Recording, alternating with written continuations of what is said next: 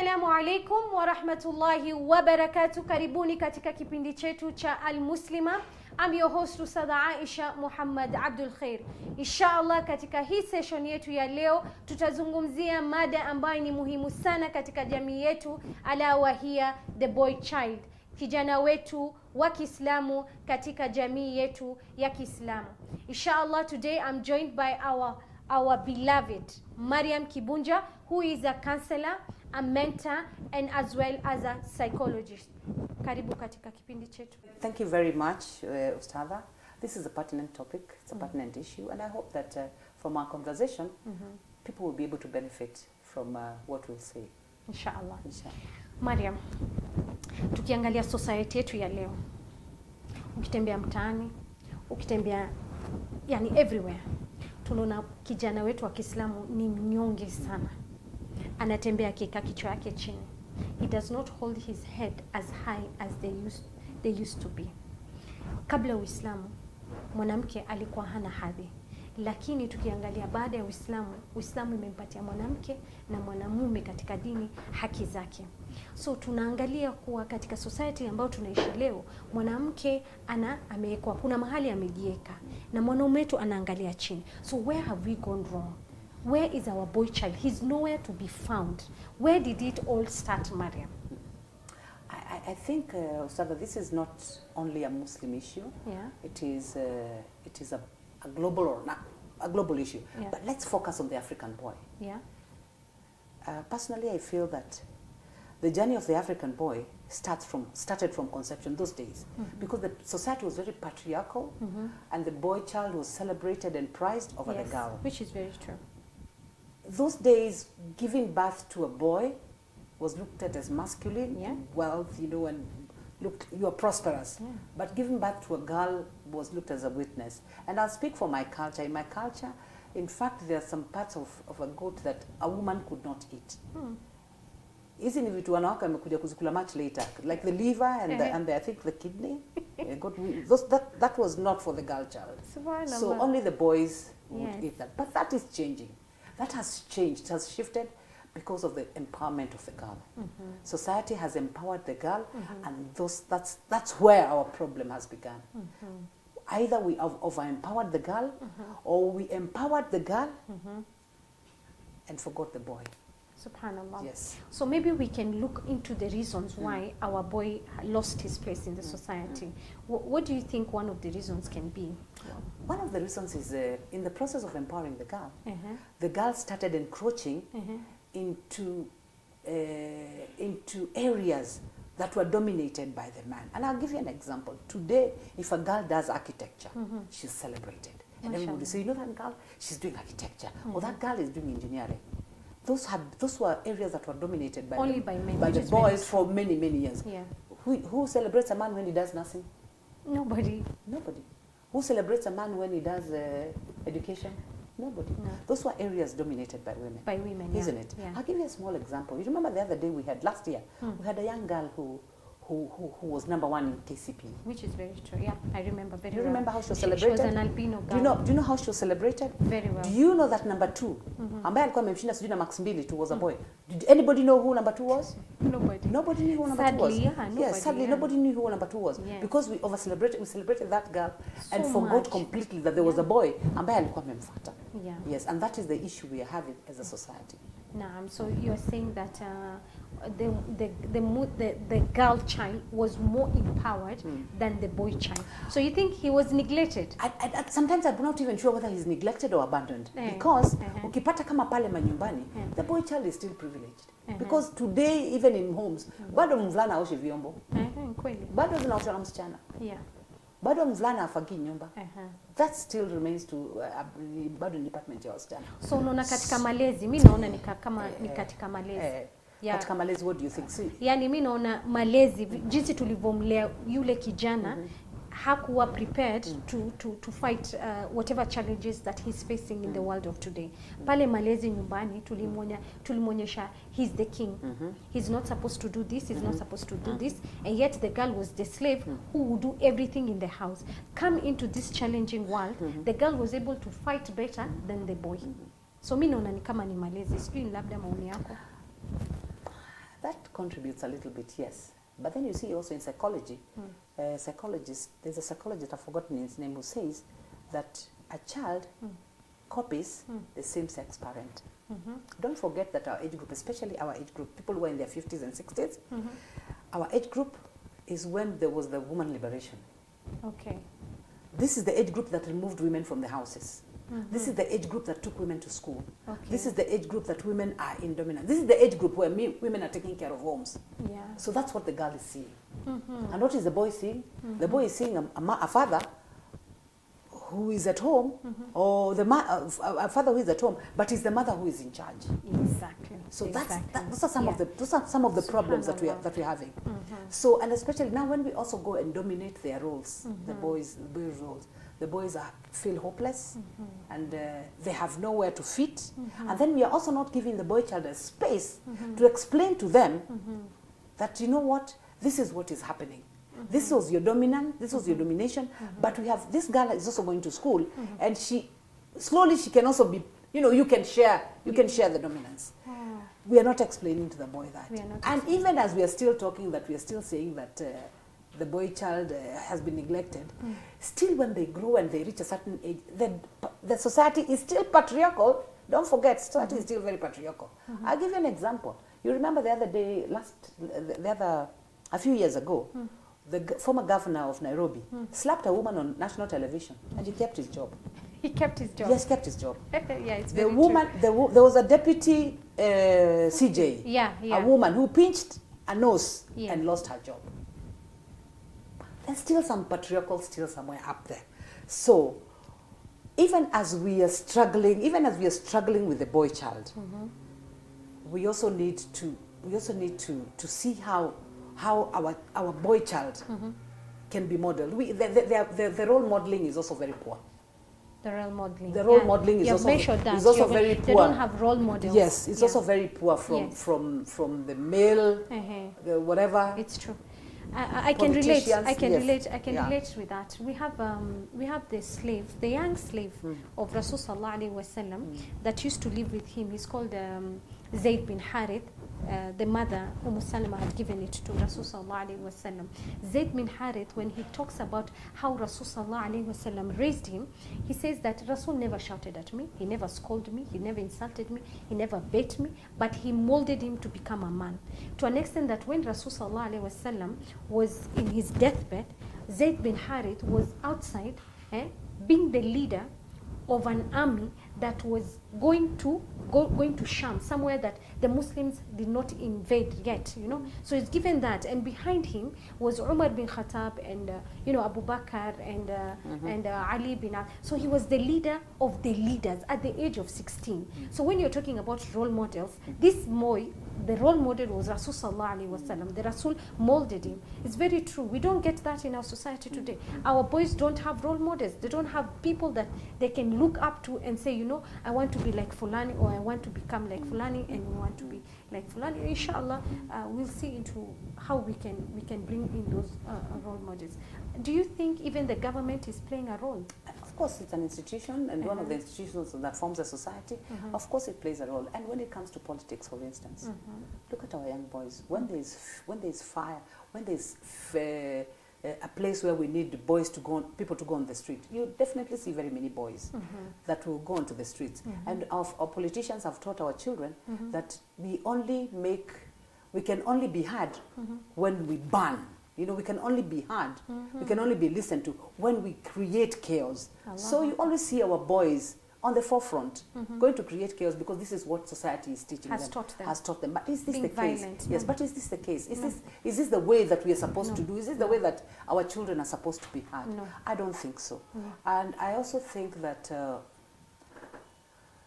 right from birth, from home, when we give birth to these boys, and we are telling the boy, don't cry. But when mwanaume usilie, then you tell the baby girl, oh, pole mami, unasikia uchungu. We're telling this boy also that you're not supposed to express your feelings.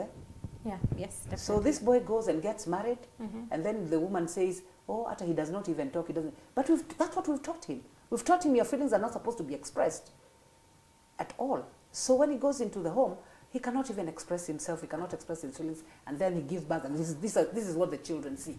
And then here is a woman who has been taught how to express her feelings. She's been taught how to you know, we've taught her how to take care of her husband. Yeah, then we have boys who have not been taught anything. Yes. So here they come, and the girls become, Subhanallah. you know, they have to sort of like teach this boy, you know, this is how to become a husband. We need people to teach our boys also how to be husbands and how to be responsible as well. From a very tender age. From a very tender age. Subhanallah. Yes. So do you think even that father figure being absent in our homes pia imechangia? It has changied a lot. It has Yeah, changied. And even the present father, Uh-huh. even the father who is present, Yeah. he's there with his remote control. He doesn't talk to the children. Akikuja ni remote control. What do you mean? TV, you know, he's on television doing. He does not even have time. He does not have time to talk to the children. A boy needs to be affirmed by the father. A boy needs a father figure. And even when there are no father figures in the boy's life, look for them. Their uncles, their brothers, their cousins. Let that boy interact with those father figures. Those father figures are very important for the boy. As he's growing up, he needs to be affirmed by a man. Otherwise, he will be affirmed by the wrong man. What about Islamic institutions? Do you think they have contributed to it? Because I have a feeling they had, because they did not promote that the way you have talked, role models, and they did not promote any programs that could shape the personality of this boy, or rather give them the moral values of how a Muslim boy should be, so that when they grow up into the society that we are living in, they would be able to blend, you know, properly and still maintain their status as men. So do you agree with me? Yes, I agree, and to some extent, because I feel that mosques should stop being a place where only prayers are performed. Yeah, yeah. We should have mosques where there are other activities, and especially activities that engage the young people. Yeah, yeah. Let's have activities that engage the young people every school holiday, and even weekends, if we can, for the children who go to day schools. This is very important because young people want to be talked to through entertainment. And entertainment doesn't have to be music. Any form of entertainment for the young man is the only way, or for a young woman, is the only way you get through to them. Because if you tell them just to come here and listen to religion, you find they'll not come. Yes. But if there's some entertainment, let them come and play. Do something. Let them, you know, reach out to them. Let them have role models whom they can look up to. Yeah, in the mosques. Whom they can look up to in the mosque and within the society. Because the role models that our children have today are just footballers and who else? And musicians, subhanallah. Subhanallah. Very true. I really agree with you in that, inshallah. We're going to take a break, akhawat, and when we come back, we want to bring solution to the disaster that our boy child is facing in the world of today, inshallah.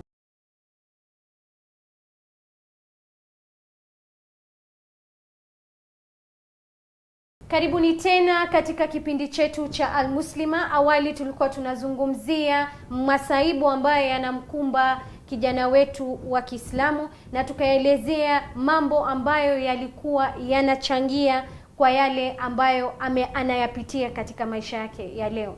Akhawat fillah, tukiangalia nani ndiye ambaye amefikisha hii dini mpaka pahali imefika, nani ndo alileta izza to this din, nani ndo alileta uadilifu katika hii dunia, nani ambaye alikuwa ni rahmatan lil alamin, ala wa hiya ar-rajul, ni mwanaume ambaye alileta haya yote katika dini yetu. If we compare the way I did kitambo vile wanaume wetu walikuwa, of course kuna solutions to bring back our boys to what they used to be, give them that status, yani tuwapate ile nguvu, tuwarudishe pale walikuwa, as men, rijal, the way we say rijal. What do you think the solutions can be? What is it that we can do for them? One, in the African society, even when the boy was prized and celebrated, don't forget, they had a lot of mentoring from uncles and from the older generation that was before them. Good. So we have grown this generation. People have gone to school. Men are working. Women are working. Men are very busy trying to make sure that their children live in a certain house, go to a certain school. So we all have no time for the children, both men and women,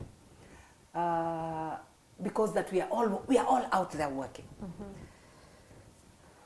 What I would suggest personally as a Muslim is that every mosque, even as we are having other departments, and I'll give you an example of the churches. I go to school with a pastor, and they have departments in the churches for everything. They have premarital counseling, they have the youth, they have drug and addiction, and they have to cater for the needs of the society.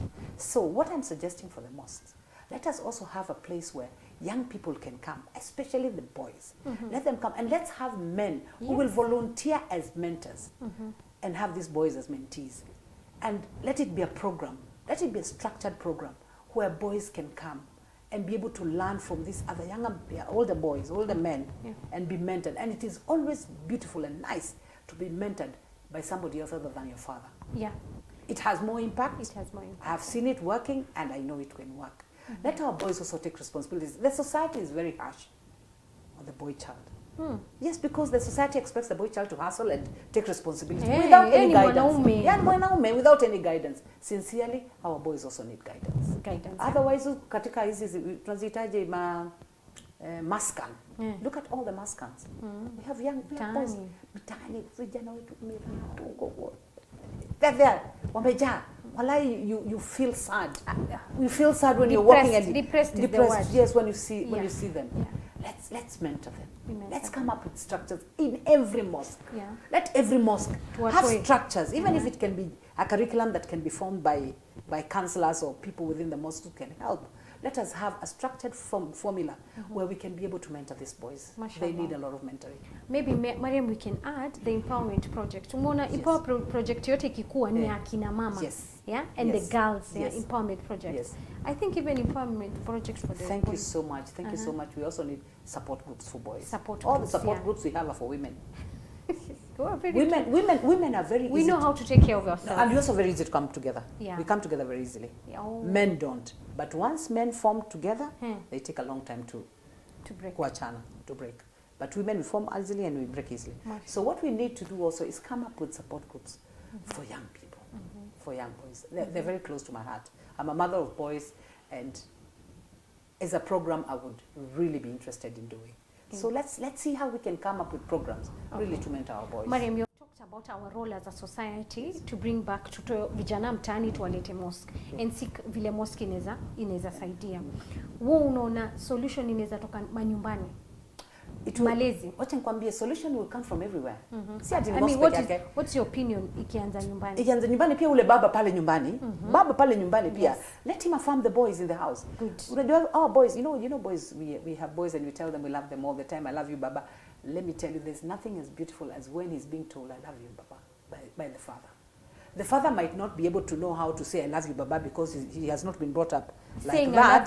They don't know, our African men don't know that. But in affirmation, in men, just a pat on the back and telling him that was good, that was a good job, well done, affirms that child, affirms that boy. Men do not know how to express love the way we do. And a man, what he does, he'll express love by taking the boy, let's go and look at the car, let's go and do, that is how, for them that's love. Do that very often. Let them accompany you to places. Let them accompany you to the mosques. Let them see how you do things. Affirm them, please. Please affirm our children as men. Spend more time with them. Spend more time with them. Mentor them both psychologically. Kabisa, affirm them and mentor them as fathers. But still, the best mentor will be a non-parent. A non-parent. Yes. So if we can organize something within the mosques, within the schools, well, I will do a good job. Okay, Mariam, what do you think about us giving them responsibilities? Mi naona ni responsibilities walikosa wakikua ile lack of responsibility. Kama gani? Atuwapi responsibility as in sasa kwa nyumba unaona kijana lazima akwe na responsibility yake na msichana kwenda. Okay, the boy maybe he goes to the market. Yeye ndo ataenda kuleta vitu zipikwe kwa hao. Unacheki kuonekana kwa barabara kama mbeba vitunguu na nyanya. Okay, kama ni hivyo, that is the problem. But that is there are societies whereby the man is the one that goes to the market. A woman does not leave the house. Yes. Haya. Ingine like if anything kama electricity kwa hao haifanyi job, hakuna haja kuita mtu mwingine. Kijana fix. Unacheki? Plumber, hakuna haja kuita plumber, kijana fix. Give them responsibilities. Hata wewe usipokuwa pale nyumbani akiambiwa nini imevunjika, like it's okay, Mohammed is there. Mohammed, can you do that? Because in our life today we don't have mashamba ati aende akalime shamba ama aende akauze vitu, whatever it is. So I think giving them responsibilities makes them responsible. I don't even think that is so much, because I'll give you an example of Moranga, for instance. Moranga the other time had a bad case of alcoholism within the young people, within the young men. Na sikuna mashamba huko. Na iko mashamba. Kuna mashamba huko. But they had a bad case of alcoholism until the government had to intervene. One of the reasons is hopelessness. I wanted a reluctance. Also, they're very reluctant. Yes. And they're hopeless. And then, akiamka asubuhi mwanamke Mkikuyu ashakamua ng'ombe, ashalima shamba, so they wake up and they have nothing to do. So we have filled their positions and not given them new roles. Exactly. They need to be given. I think we need to do the social script again, all over again. Mariam, does it mean that unajua most of the time ukiambia kijana bona huko job anakuambia sasa nyinyi msha fill all the positions na vile nyinyi mko wengi sasa sisi tunakosa job na ni ukweli kama mimi napeleka CV na boy anapeleka CV mimi ndo nitapewa job mimi nitapewa job yeye hatapewa job so does it mean tutoke majob tuachie hao majob zetu ama no, I don't know if that is the solution. I don't know what solution, because look at even in government sasa unajua ni government sasa inapatia wasichana a lot of emphasis. Look at kama woman rep. Vijana hawana man rep. Exactly. Sisi tuko na woman rep. Tuko na woman rep. And I don't even know what their role is. Yes, we don't even know what their role is. But soon, the way we are going, soon we are going to have a man rep. Ama sijui kutaendaje hapo. Unajua kila kitu kina msingi, si ndio? Let's go back to the Quran, let's go back to the Sunnah of Rasul sallallahu alaihi wasallam. Let's go back to our religion. Allah amempatia mwanaume mahali yake. When Allah says ar-rijalu qawwamuna 'ala nisa, Allah meant that they are our protectors. Kitu ya kwanza kabisa mwanaume lazima aelewe kwa yeye ndio protector.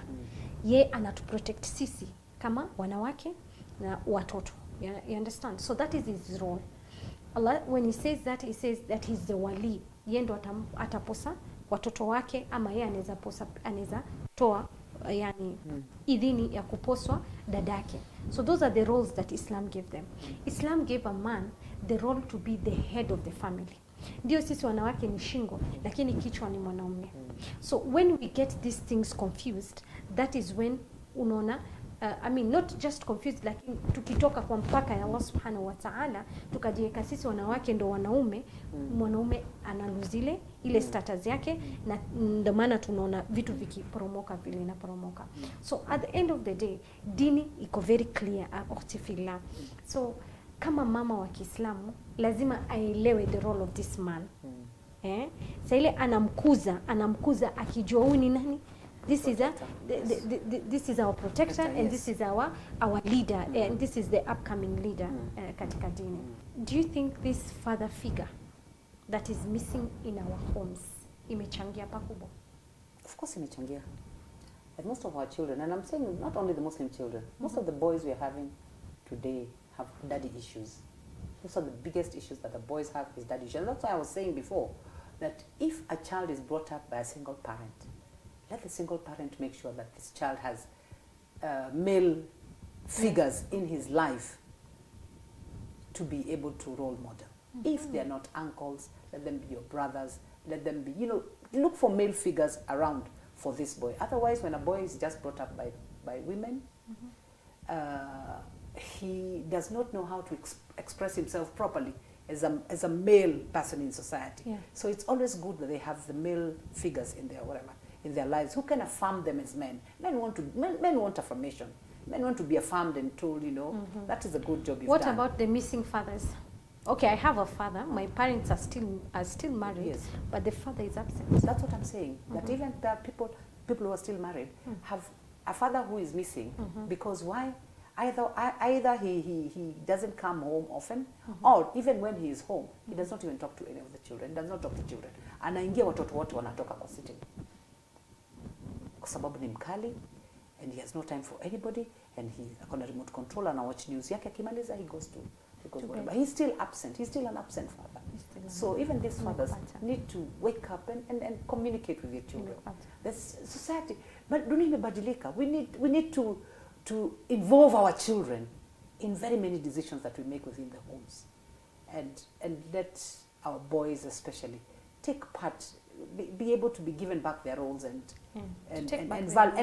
value them as the men that they ought to be.